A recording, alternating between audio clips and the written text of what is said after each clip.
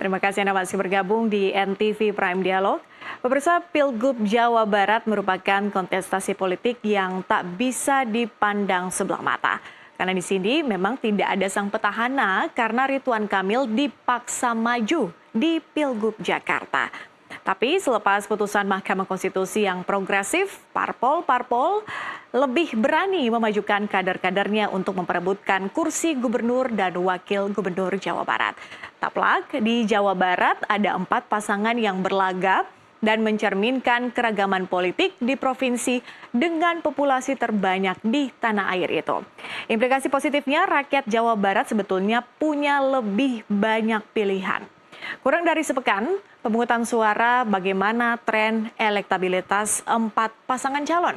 Untuk membahasnya kami telah mengundang peneliti Indikator Politik Indonesia, ada Bawono Kumoro dan juga Direktur DIP atau Democracy and Electoral Empowerment Partnership, ada Neni Nur Hayati. Saya ingin sapa terlebih dahulu, selamat sore Mas Bawono, Teh Neni, apa kabar?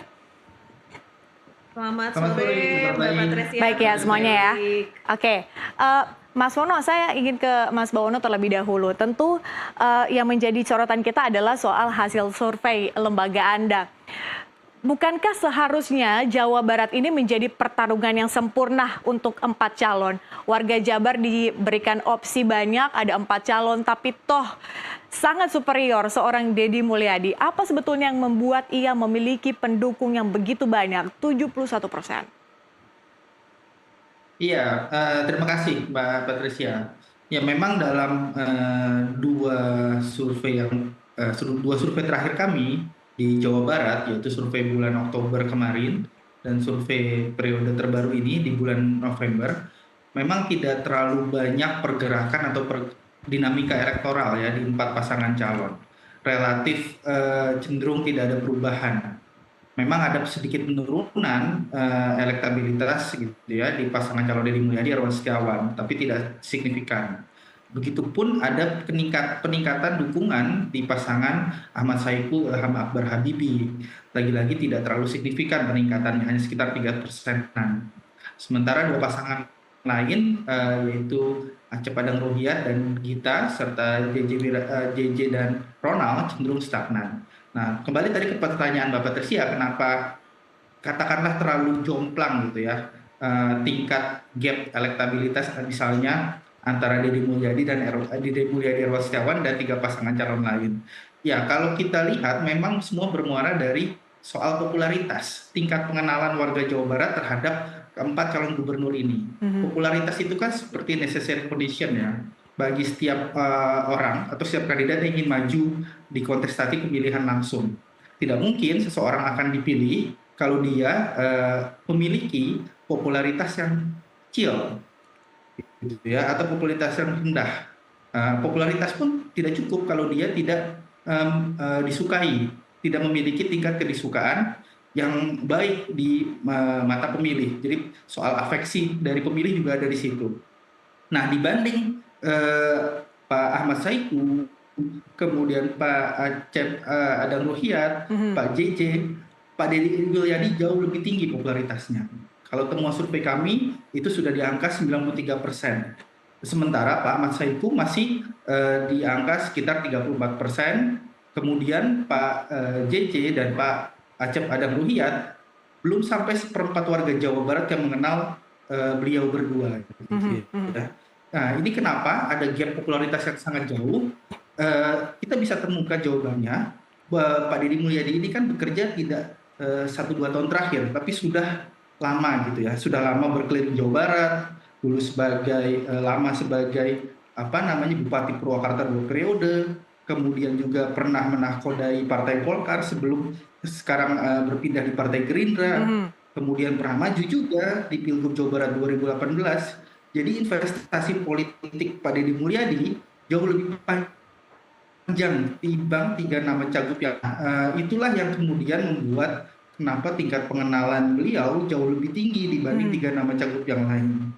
Dan kalau kita perhatikan dinamika sebelum pendaftaran pasangan calon di bulan Agustus kemarin, sebenarnya kan 3 nama cagup yang lain ini, terutama Acep Adang Ruhyat dan Pak JJ itu kan sebenarnya terhitung sebagai let's start candidacy.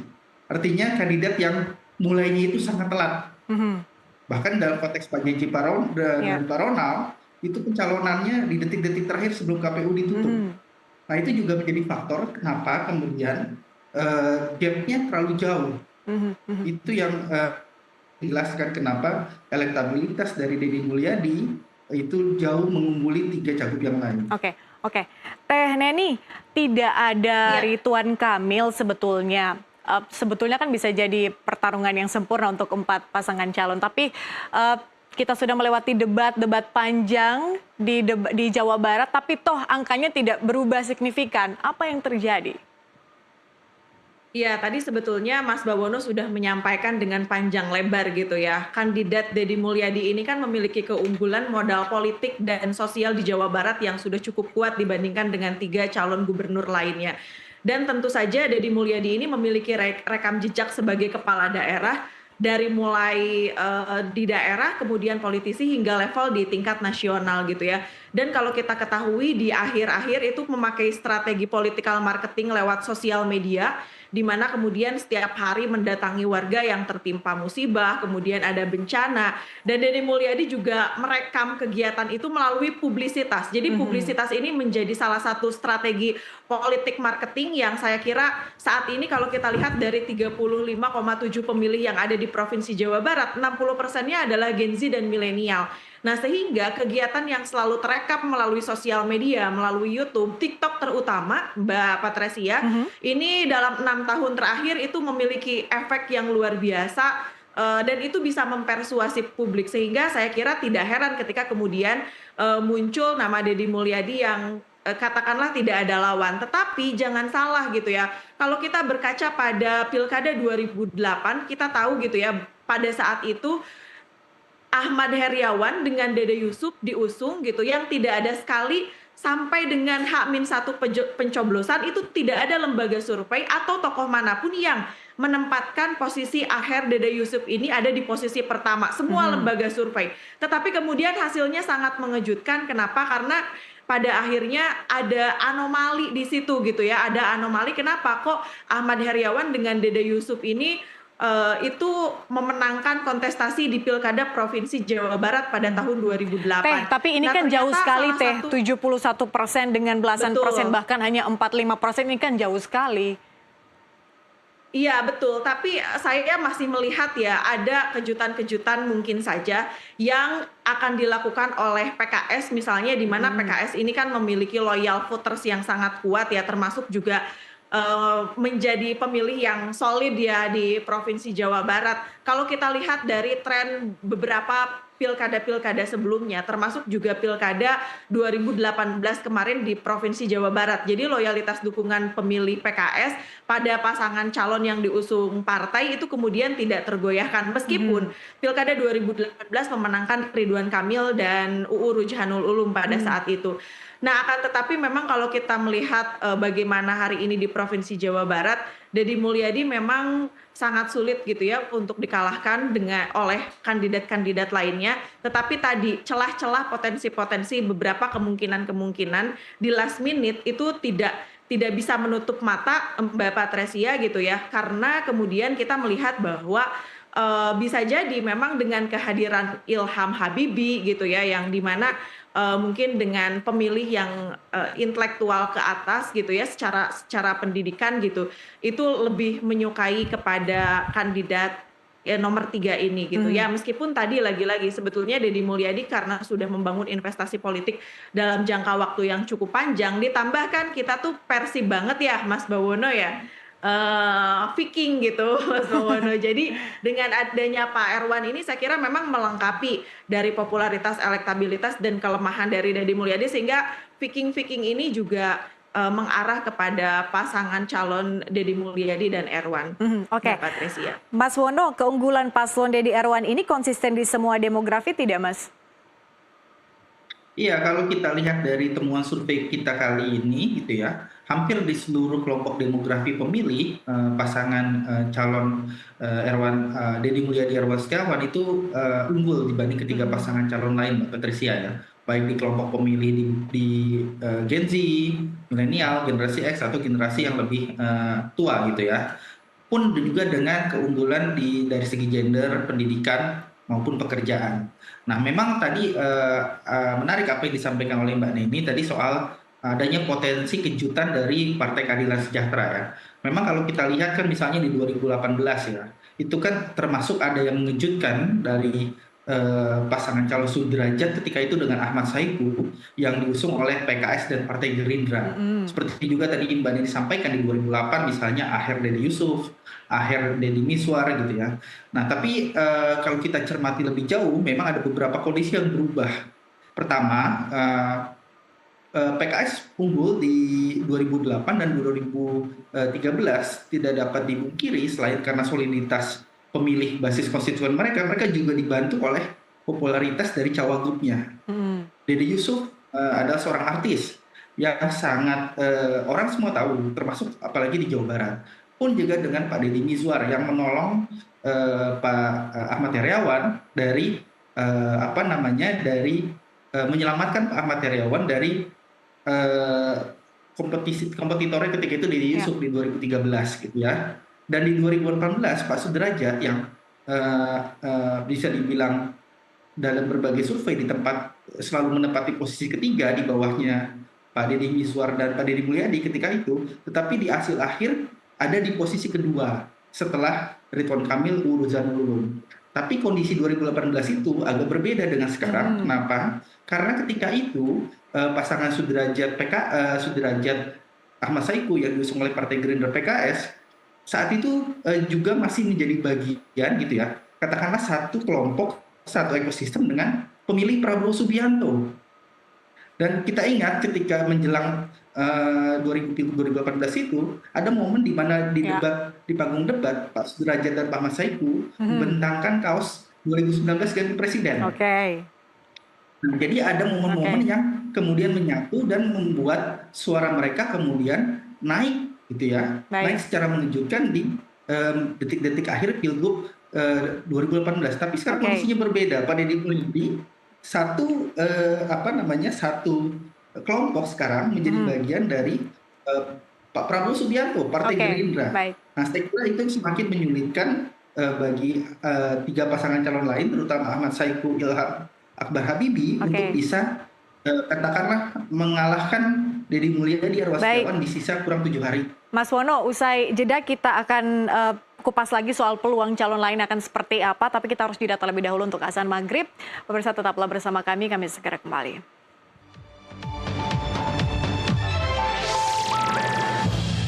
Terima kasih Anda masih bersama kami di NTV Prime Dialog dan masih bergabung bersama kami melalui sambungan Zoom peneliti Indikator Politik Indonesia Bawono Kumoro serta Direktur DIP atau Democracy and Electoral Empowerment Partnership ada Teh Neni Nur Hayati.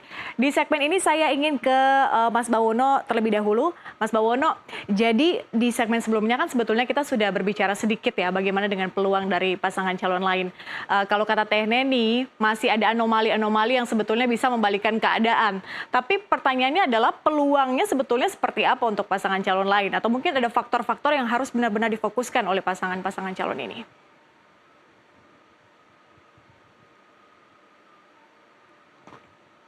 Iya, dengan gap yang terlalu jauh ya, secara signifikan secara statistik dan juga jumlah undecided voter yang berdasarkan hasil survei kami sudah kecil di bawah 10%, dan sisa waktu yang kurang 7 hari atau bahkan 3 hari sebelum memasuki masa minggu tenang, rasanya sangat sulit untuk terjadi atau membalikan keadaan bagi tiga pasangan calon lainnya. Katakanlah baik Pak Ahmad Saiku Ilham Akbar Habibie maupun Acep Adang Ruhyat Gita dan Pak JJ Ronald gitu ya, agak sulit untuk mengejar ketertinggalan dengan gap yang sangat jauh dan sisa waktu 6 hari menuju hari pemilihan. Namun lagi-lagi hasil atau keunggulan di survei itu begini, kalau di survei itu kan kita mendatangi responden, datang ke rumah mereka gitu ya. Nah, ketika di hari pencoblosan itu kan pemilih diharapkan kesukarelaan untuk datang ke TPS. meluangkan waktu sekitar 1-2 jam gitu ya untuk mencoblos memilih pasangan calon mereka. Nah, sekarang kuncinya adalah bagaimana setiap pasangan calon gitu ya, baik pasangan calon nomor urut 1, 2, 3 atau 4 itu bisa menghadirkan pemilih mereka, mensolidkan pemilih mereka untuk datang ke TPS dan memilih mereka. Kuncinya sekarang di situ. Nah, di situ PKS punya keunggulan, Partai Keadilan Sejahtera punya keunggulan untuk memobilisasi, menggerakkan basis-basis pemilih mereka, karena memilih itu bagi PKS, doktrin bagi pemilih PKS adalah sebagian dari ibadah gitu kan ya. Jadi dorongannya kuat gitu. Nah, sekuat apa dorongan itu bisa nanti terrealisasi di hari Rabu 27 November mendatang, dan juga apakah pemilih Deddy Mulyadi itu juga akan benar-benar hadir, atau jangan-jangan karena sudah unggul jauh di survei, jadi pemilihnya agak agak kurang terdorong untuk datang di hari pemilihan. Ini juga menjadi kunci atau menjadi hal-hal penentu yang cukup tricky dan harus benar-benar diperhatikan oleh setiap pasangan calon. Oke, sebelum saya ke Teh Neni, kita lihat dulu infografis berikut ini. Ya, ini adalah elektabilitas Cagup Cawagup di Pilkada Jawa Barat. Tentu ini bersumber dari Indikator Politik Indonesia yang digelar 14 hingga 20 November 2024. Ini sudah jelas sekali bahwa Deddy Mulyadi, Erwan Setiawan di angka 71,5%, sementara pasangan calon hanya di belasan, bahkan hanya di satuan 4,4%, dan juga 4% untuk JJ Wiradinata dan Ronald Surapraja. Ahmad Saiku dan Ilham Habibie ada di angka 16,4. Kemudian ada Acep Adang dan juga Gita Dwi di angka 4,4%. Oke, kalau melihat angka ini, Teh Neni, oke, masih ada satu lagi ternyata. Ini adalah tren elektabilitas Cagup Cawagup di Pilkada Jawa Barat. Kalau kita lihat dari tanggal 3 sampai 12 Oktober dan 14 sampai 20 November, memang ada sedikit penurunan dari Deddy Mulyadi dan juga Erwan Setiawan. Tadinya 75,7, terus berkurang jadi 71,5 meski tidak signifikan. Seperti yang disampaikan oleh Mas Wono tadi. Kemudian ada kenaikan di sisi Ahmad Saiku dan juga Ilham Akbar Habibie 13,8% menjadi 16,4%. Sementara yang lainnya memang ada sedikit perubahan tapi tidak terlalu signifikan. Sementara yang menjawab tidak tahu atau tidak menjawab ada di angka tidak terlalu banyak perubahan, jadi 3,6 malah naik di 3,7%.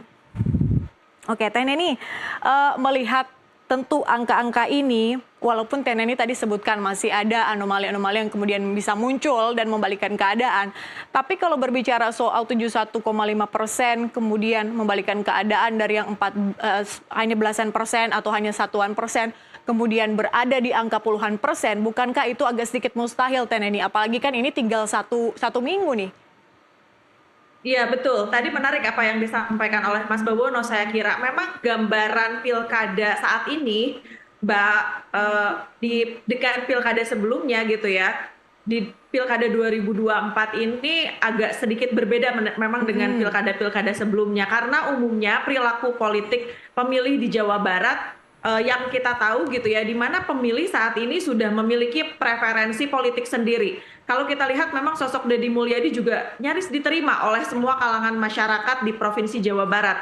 Karena saya kira Pak Deddy Mulyadi ini sangat memahami bagaimana kondisi geopolitik, sosial, ekonomi, budaya gitu ya, yang ada di Provinsi Jawa Barat. Belum lagi tadi investasi politik yang sudah terbangun cukup lama gitu. Nampaknya memang agak sulit ya. Belum lagi memang dengan koalisi partai politik nih Mbak Patresia, yang saya melihat bahwa kondisinya memang Kim di Provinsi Jawa Barat ini cukup kuat gitu ya.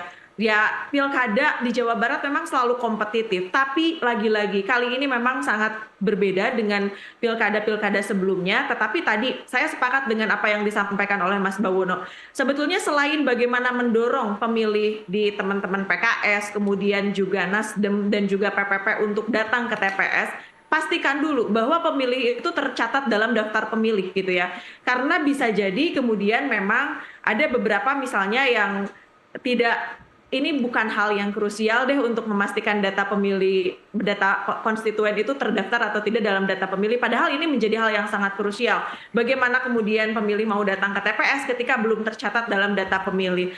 Nah, bagaimana kalau kemudian memang para kandidat ini kan dari empat kandidat ini kalau kita lihat di yang dua saja gitu ya, meskipun memang tadi Mbak Patricia menyampaikan di awal bahwa misalnya dengan adanya putusan dari Mahkamah Konstitusi, sebetulnya ini kan membuka peluang ya untuk partai politik itu mengusung kandidat terbaiknya, tapi ternyata di Provinsi Jawa Barat, meskipun misalnya katakanlah itu adalah Pak PDI Perjuangan, di mana PDI kita tahu perolehan suaranya ketiga terbesar gitu ya di Provinsi Jawa Barat, tetapi memang sangat sulit karena tidak dipersiapkan sejak awal gitu, jadi menjelang last minute, bahkan mungkin kita tahu Pak JJ Ronald itu hanya menyampaikan, karena waktu itu DIP Indonesia juga melakukan pemantauan sampai dengan pukul 24.00, itu di menjelang pukul 24.00 itu hanya juga video call, jadi memang agak sangat sulit. Nah, tapi saya kira memang harapannya ada di pasangan Pak Syahihu Ilham Habibie, atau bisa jadi tidak menutup kemungkinan nih Mbak,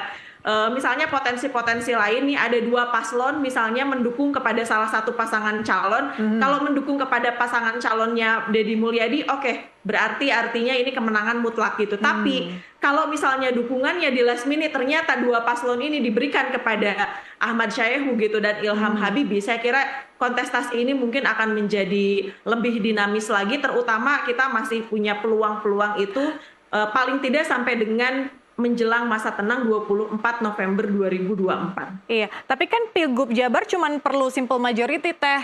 Kalaupun ditambah dua paslon lain kan artinya angkanya tidak akan terlalu signifikan untuk naik.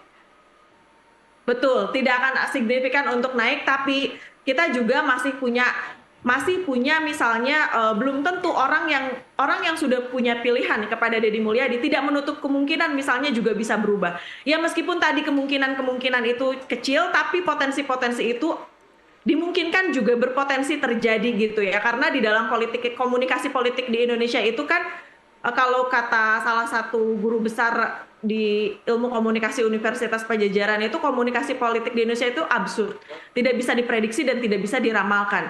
Jadi tidak menutup kemungkinan bagi pemilih yang itu sudah memilih pasangan calon Deddy Mulyadi dan Erwan itu kemudian merubah pilihannya. Apalagi kita masih punya satu kali debat di Provinsi Jawa Barat, Mbak, di tanggal 23 November 2024, meskipun memang kemudian ini tidak akan signifikan menaikkan elektabilitas dan popularitas dari kandidat pasangan calon gitu.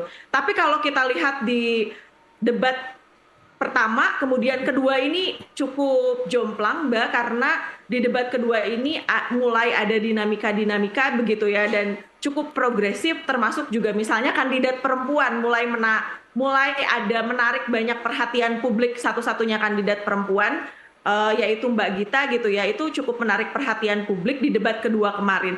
Jadi tidak menutup kemungkinan yang sudah memiliki pilihan kepada Deddy Mulyadi dan Erwan itu juga merubah pilihannya saat menjelang last minute pemungutan dan penghitungan suara. Oke. 1 minggu rasa-rasanya adalah waktu yang sangat-sangat singkat tentu kita menuju ke hari pemungutan suara.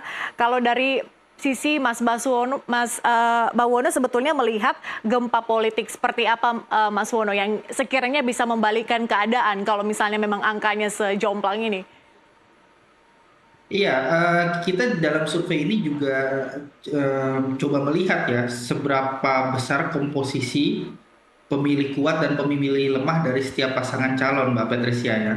Nah, kalau kita lihat dari pemilih pasangan Deddy Mulyadi Erwan Setiawan, jumlah pemilih lemahnya yang masih mungkin berpindah gitu ya di hari pemilihan nanti itu besarannya paling kecil, yaitu 22,5% dibandingkan besaran pemilih lemah di 3 pasangan calon yang lain gitu.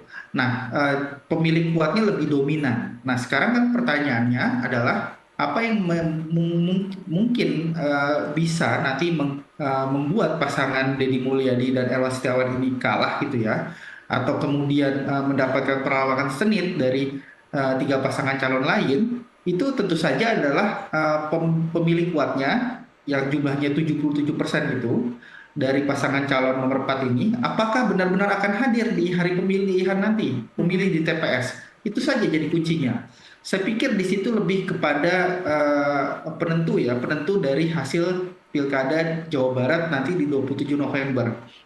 Jadi faktor soal mesin politik partai gitu ya, itu tidak lagi menjadi hal yang menentukan di sisa waktu yang semakin mepet seperti ini, semakin mendekati hari pemilihan seperti ini, apalagi pilkada dalam banyak kasus di berbagai daerah di Indonesia lebih kepada figur ya, lebih kepada figur sentris ketimbang political party sentris ya. Jadi ketokohan figur si kandidat apakah cagup atau calon wali kota itu lebih menentukan ketimbang besaran partai yang mendukung mereka gitu. Nah, saya pikir di situ kuncinya Mbak Patricia. Bahkan tidak ada isu yang cukup kuat, Mas Wono, tidak ada isu yang cukup kuat pun untuk membalikan keadaan? Ya, dari segi isu kalau kita perhatikan juga tidak ada isu yang terlalu signifikan bisa menggoyang misalnya ya keunggulan elektabilitas dari Deddy Mulyadi gitu ya. Jadi memang hanya tinggal menantikan apakah pemilih kuat dari Pak Deddy Mulyadi ini benar-benar hadir.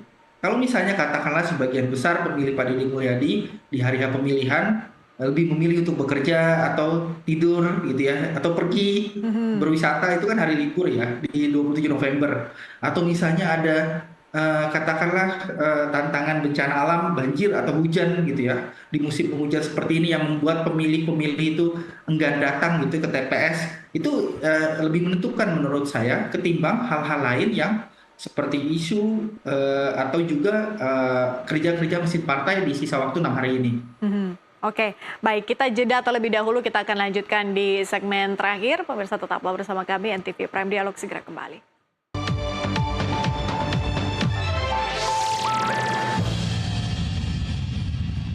Gabung di NTV Prime Dialog, sebelum kita lanjut berdialog, kita akan ikuti infografis berikut ini.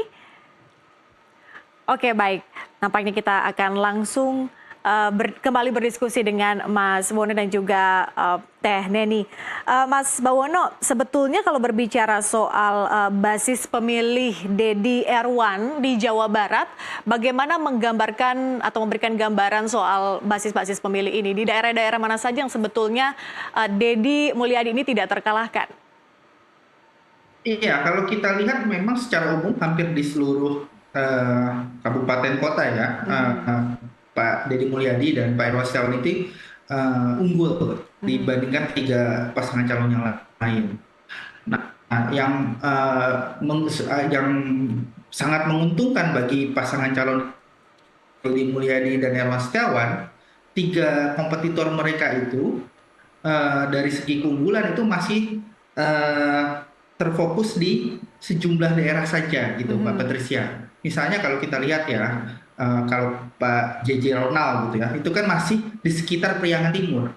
Misalnya di Banjar, Ciamis, Pangandaran, tempat di mana Pak JJ pernah mengabdi sebagai bupati 2 periode di sana. Kemudian juga di konteks Pak Ahmad Saiku, tentu saja keunggulannya ada di basis-basis pemilih PKS di Kota Bekasi, Kota Bandung gitu ya, Kota Depok dan Kota Bogor sekitarnya. Dan juga Pak Acep Adang Ruhyat juga di basis-basis pemilih PKB seperti di misalnya di daerah-daerah yang banyak basis-basis pesantren yang hijau katakanlah seperti Tasik, Kabupaten Tasik dan sebagainya. Jadi yang juga membuat keunggulan Pak Deddy Mulyadi tidak hanya karena Pak Deddy Mulyadi punya investasi politik jangka panjang, sudah lebih lama bekerja, tapi juga 3 kompetitor lainnya itu masih berkutat di sejumlah basis-basis saja, belum meluas ke seluruh 27 kabupaten kota di Jawa Barat, Mbak Patricia. Oke. Kalau dari Teh Neni sebetulnya melihat dengan basis-basis pemilih tadi yang digambarkan oleh Mas Bawono, artinya pengaruh tokoh mungkin ya, atau mungkin endorser ini udah nggak dibutuhin lagi dong sama Kang Deddy? Iya betul, karena memang Kang Deddy ini menjadi sosok yang cukup kuat ya. Tadi nyaris misalnya di 27 kabupaten kota itu dirangkul. Beda dengan 3 pasangan calon yang lain gitu. Tadi sudah disampaikan juga oleh Mas Wono gitu ya. Dimana memang misalnya kalau Pak JJ itu lebih banyak yang ngubeknya di sekitar Pangandaran terutama ya, Pangandaran, Banjar, Ciamis gitu. Lalu kemudian juga kita lihat misalnya kotail effect di pilkada juga itu tidak terlalu cukup kuat begitu ya. Misalnya bagaimana pemilih JJ itu dikampanyekan atau diorbitkan kembali untuk pilkada-pilkadanya di provinsi, di daerah-daerah yang tadi Priangan Timur. Bahkan justru kalau kita lihat gitu ya, di beberapa basis pemilih, justru saya terkesan memang di pemilihnya Pak JJ ini meskipun memang ada di Priangan Timur, termasuk juga Pak Acep Adang gitu, karena kuat sebetulnya ya di Kota Tasik, Kabupaten Tasik. Tapi ternyata masih banyak pemilihnya itu yang justru memilihnya Pak Deddy Mulyadi dengan Pak Erwan. Nah, termasuk juga di Pak Ahmad Syaihu. Saya nggak tahu ya kenapa sekarang PKS hari ini tuh cukup berbeda di Provinsi Jawa Barat. Kenapa? Karena ternyata basis pemilih PKS yang kita tahu loyal voters di Pilkada 2024 ini pecah ke kelompoknya Pak Syaihu gitu, ke kelompoknya Pak Deddy Mulyadi gitu. Nah, ini kan juga menjadi problem. Ada apa di internal PKS? Kenapa suaranya di Pilkada 2024 ini kok tidak solid gitu? Tapi kalau saya melihat misalnya ya tadi kalau Mas Wono menyinggung soal pemilih kuat di Deddy Mulyadi gitu. Pilkada di Provinsi Jawa Barat itu tingkat partisipasinya selalu tinggi, Mbak Patresia. Misalnya kemarin di Pilkada 2018 terakhir 77,5% pemilih di Jawa Barat itu loyal datang ke tempat pemungutan suara.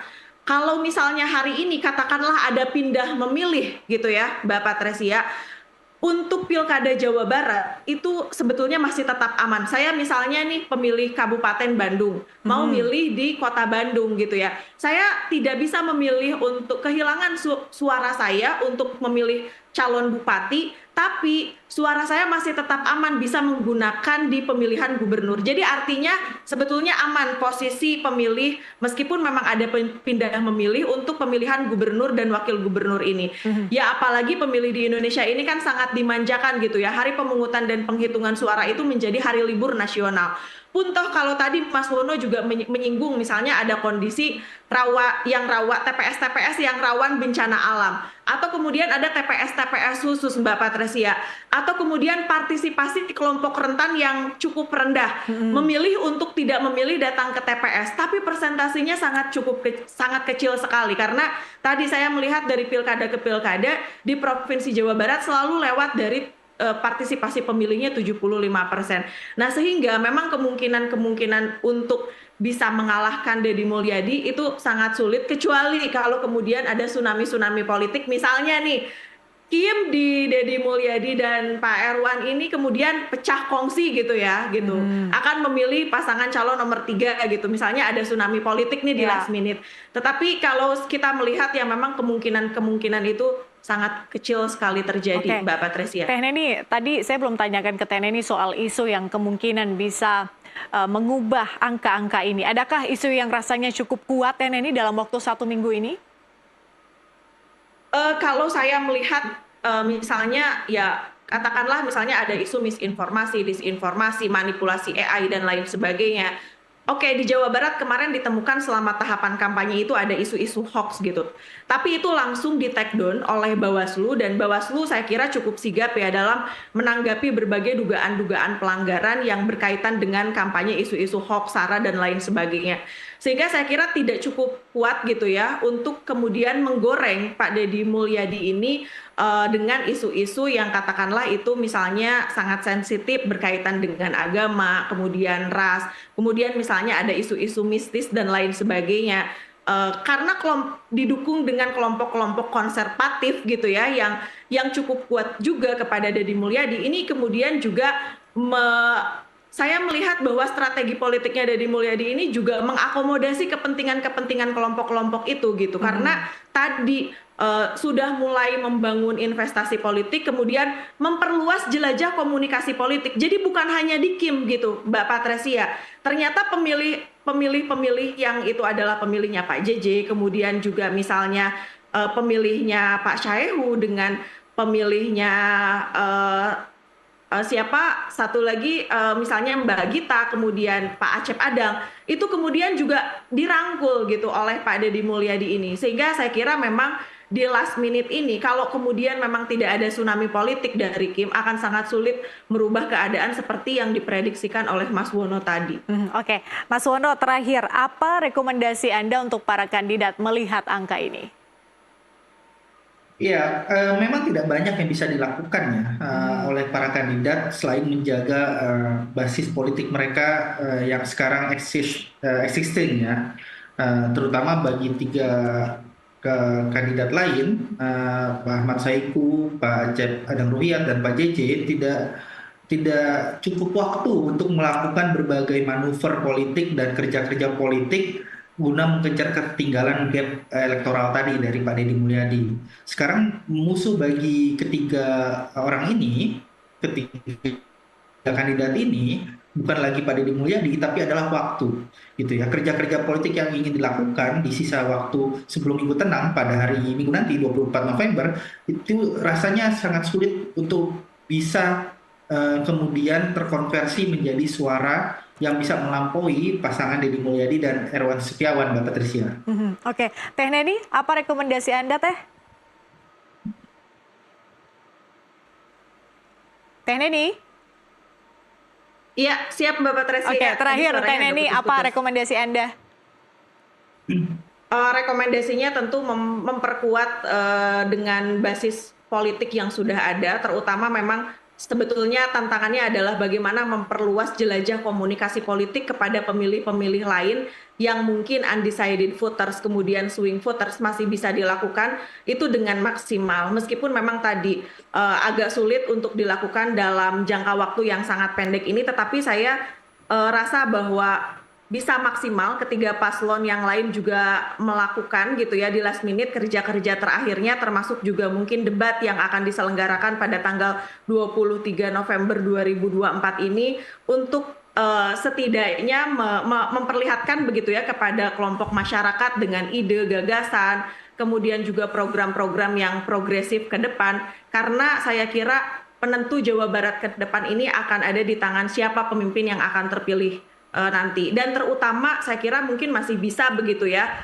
kepada tiga kandidat yang lain di last minute ini menggunakan jejaring sosial media, karena saya kira semua kalangan terutama Gen Z milenial di Provinsi Jawa Barat dari 35,7 juta pemilih, 60%-nya adalah kelompok muda, jadi diharapkan memang bisa memobilisasi lewat sosial media yang saya kira justru di last minute ini sangat bisa menentukan sekali, terutama di Instagram dan TikTok gitu, Mbak Patricia. Baik, Teh Neni. Dan saya sih tentu berharap bahwa siapapun gitu ya yang menang ya menjadi teladan lah, bukan hanya menjadi politisi tetapi juga jadi negarawan, dan siapapun yang kalah nih ya, menang kalah itu adalah sebuah keniscayaan ya, menerima dengan legowo apapun hasilnya. Oke, Teh Neni Nurhayati dan juga Mas Bawono Kumoro, terima kasih Mas Wono, Teh Neni sudah bergabung di NTV Prime Dialog hari ini. Kita jumpa lagi di lain kesempatan. Terima kasih, Mbak Patricia. Oke. Pemirsa, jangan kemana-mana, usai jeda ada rekan Tasya Lutmila yang kembali akan membahas perbincangan terkait dengan pertaruhan Tom Lembong di pra-peradilan. Tetaplah di NTV Prime.